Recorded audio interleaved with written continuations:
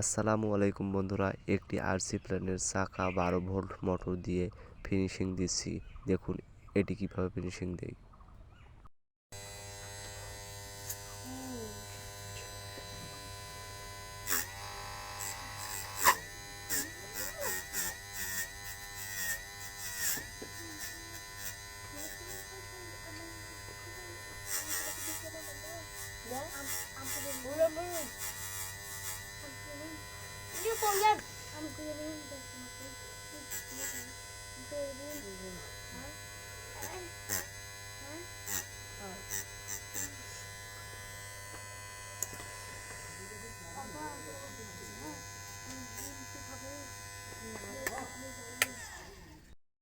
এখন দেখি চাকাটি কীরকম ফিনিশিং হলো।